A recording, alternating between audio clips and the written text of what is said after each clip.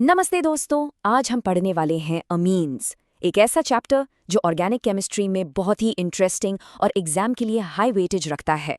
Now I know इस chapter से concepts तो आते ही हैं, पर इसकी एप्लीकेशंस भी बहुत जरूरी हैं। So come on, let's master this chapter together, बिल्कुल जीरो से हीरो तक। So, have you ever stopped to think, where do your favorite blue jeans actually get their color? Or, what's the real chemistry behind that super distinct smell in a fish market? Well, all these everyday things, from the aniline dyes that color our clothes to that specific fishy odor, they all point to one single family of compounds. In सब चीजों में एक common link है, and that link is an amazing family of organic compounds called amines. जी हाँ, from dyes to drugs and polymers to proteins, amines are literally everywhere. Okay, let's dive into this masterclass and really understand them inside and out. Alright, here's our roadmap for today. We're going to start with the basics in Pehchan. Then we'll move to our toolkit to see how they're made. After that, we'll explore their vyavahar or properties, tackle the super crucial topic of basicity, and then meet the superhero of this chapter, diazonium salts. And finally, we'll wrap it all up with our exam corner. Let's begin. चलिए अब शुरू करते हैं amines, जो कि organic chemistry का एक बहुत इंपॉर्टेंट टॉपिक है। First things first, let's get to know them. Let's talk about their introduction. So what exactly are amines? It's actually really simple. You all know the ammonia molecule, right? NH3? Well, when we take that ammonia molecule and replace one or two or maybe even all three of its hydrogen atoms with an alkyl group like methyl or an aryl group like phenol, the new compounds that we get are called amines. So you can think of them as the children of ammonia. Okay, let's look at their structure. In amines, that central nitrogen atom is sp3 hybridized, which gives it a pyramidal shape, just like ammonia. But you know what the most important feature is? It's that lone pair of electrons sitting right on top of the nitrogen. Dosto, is lone pair ko अच्छे से याद रखिएगा. This little guy is the source of all their reactivity and their basic nature. It's also because of this lone pair that the bond angle is slightly less than a perfect tetrahedral angle, coming in at around 108 degrees. Okay, we've understood the structure. Now let's move on. Ab agla topic hai classification of amines, which is a topic that can give you a direct question in the exam. So how do we classify them? The basis for classification is super simple. It's all about how many hydrogens you've replaced from ammonia. If you replace just one hydrogen with an R group, you get RNH2. We call this a primary or 1-degree amine. If you replace two hydrogens, you get R2NH. That's a secondary or 2-degree amine. And if you replace all three hydrogens, you get R3N, and that's a tertiary or 3-degree amine. Simple, right? 1H replaced is 1 degree, 2H replaced is 2 degree, and 3H replaced is 3 degree. Now for their names. For common names, we just add amine after the alkyl group's name, like methylamine. In the IUPAC system, we take the parent alkane name, drop the E, and add amine, so methane becomes methanamine. For secondary and tertiary amines, there's a special little rule. Look at CH3NHC2H5 here. We name it N-methylethanamine, treating the smaller alkyl group as a substituent on the nitrogen atom. See that N? Similarly, CH33N is called NN-dimethylmethanamine. And of course, C6H5NH2, our famous friend aniline, also has an IUPAC name, benzinamine. Alright, so now that we've been introduced to amines, the big question is, how do we actually make them in the lab? Let's open our organic chemistry toolkit and check out the key methods of preparation. Think of each method as a specific tool for solving a specific kind of problem. We're going to focus on 4 key methods that are absolutely crucial for your exams: the reduction of nitro compounds, the reduction of nitriles, the famous Gabriel Phthalimide synthesis, and finally the Hoffmann Bromamide degradation. Let's look at each of these tools one by one. So, imagine you're given a task. You have to convert a nitro group, negative NO2, into an amino group, negative NH2. How would you do it? The answer is reduction. We can reduce nitro compounds using hydrogen gas in the presence of catalysts like palladium. But the preferred industrial method is using iron scrap and HCl. And here's the really clever part.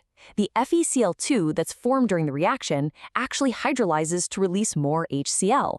This makes the reaction self-sustaining, so you only need a tiny bit of acid to kick things off. Smart, isn't it? Okay, new problem. Let's say you need to make an amine that has one extra carbon atom compared to your starting material. This is what we call a step-up reaction. Which tool would you use for this? For this job, our tool is the reduction of nitriles, the RC triple bond N compounds. When we reduce nitriles with a strong reducing agent like lithium aluminum hydride, or LiAlH4, we get a primary amine.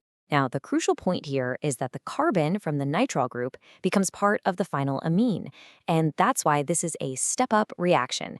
It's perfect for making the carbon chain longer. A common problem in organic chemistry is getting a mixture of products when you only want one. So what if you need to make an absolutely pure primary amine without any secondary or tertiary impurities? What do you do then?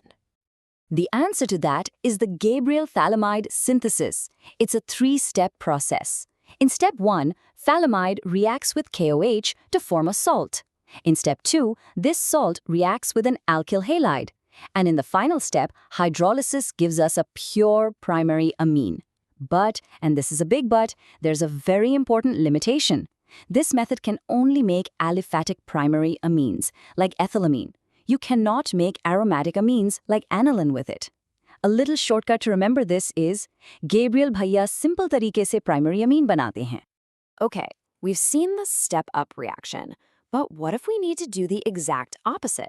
What if you need to make an amine with one less carbon atom than what you started with? This is a step-down reaction, and it comes up a lot in conversion questions. For this, our master tool is the Hoffmann bromamide degradation. In this reaction, we take an amide and treat it with bromine and NaOH. And the result? A primary amine that has one less carbon atom than the original amide. That COO group just vanishes. The simple mnemonic for this is Hoffmann means ek carbon gum ho jata hai. Remember this, it is an absolute lifesaver in exams. So we've learned how to make amines. Now it's time to understand their character, their vyavahar. Let's explore their physical and chemical properties. First up, physical properties. Lower amines have that characteristic fishy smell we talked about. When it comes to solubility, the smaller amines are soluble in water because they can form hydrogen bonds with it. But as the carbon chain gets longer, the solubility goes down. Now, the boiling point order is very important. For isomeric amines, it's primary, secondary, tertiary. Why is that? Well, because primary amines have 2 hydrogen atoms available for intermolecular hydrogen bonding. Secondary amines have 1, and tertiary amines have none. More each bonds means a higher boiling point. Makes sense, right? And now for the chemical properties. Here, we're going to focus on the reactions that help us distinguish between primary, secondary, and tertiary amines. These are what we call the key distinction tests. Test number 1 is the carbamine reaction, also known as the isocyanide test. Now, this test is only given by primary amines. Doesn't matter if they are aliphatic or aromatic. When we heat a primary amine with chloroform and alcoholic KOH, we get a really, really foul-smelling substance called an isocyanide. Secondary and tertiary amines don't give this reaction at all, so agar aapko badboo aaye to samajh jaiye wahan primary amine hai. It's a confirmatory test. Our second powerful tool is Hinsberg's test. For this, we use Hinsberg's reagent, which is benzene sulfonyl chloride. And this brilliantly illustrates the difference in their reactivity. A primary amine reacts to form a product that is soluble in alkali. Why? Because it still has an acidic hydrogen left on the nitrogen. A secondary amine reacts to form a product that's insoluble because it has no acidic hydrogen. And the tertiary amine, well, it doesn't react at all. So with this single reagent, we can tell all 3 types of amines apart. And now we've arrived at the most important, the most conceptual, and the highest scoring topic of this entire chapter. This is the ultimate test of your understanding, the basicity of amines. The chances of getting questions from this topic are extremely high. So, first question, why are amines basic in the first place? Remember that lone pair we talked about on the nitrogen atom? That's the hero here. Because of this lone pair of electrons, amines can donate it to a proton, or H+. And according to Lewis theory, any species that can donate an electron pair is a Lewis base. So the entire basic character of amines comes down to the availability of this lone pair on the nitrogen atom. Okay, let's compare. In aliphatic amines, the nitrogen is attached to an alkyl group, which has a positive inductive effect, or a +I effect. This group actually pushes electron density towards the nitrogen, making that lone pair even more available for donation. That's why aliphatic amines are stronger bases than ammonia. On the other hand, in aromatic amines, like aniline, the lone pair on the nitrogen gets involved in resonance with the benzene ring. It gets delocalized. This means it's not easily available for donation, and that's why aromatic amines are weaker bases than ammonia. So the crucial point is the availability of that lone pair. Let's look at the proof for this with pKb values. Just remember, like pKa is for acids, pKb is for bases. And the smaller the pKb, the stronger the base. Look here, the aliphatic amine, ethanamine, has a pKb of 3.29. Ammonia is at 4.75, and aniline is way up at 9.38.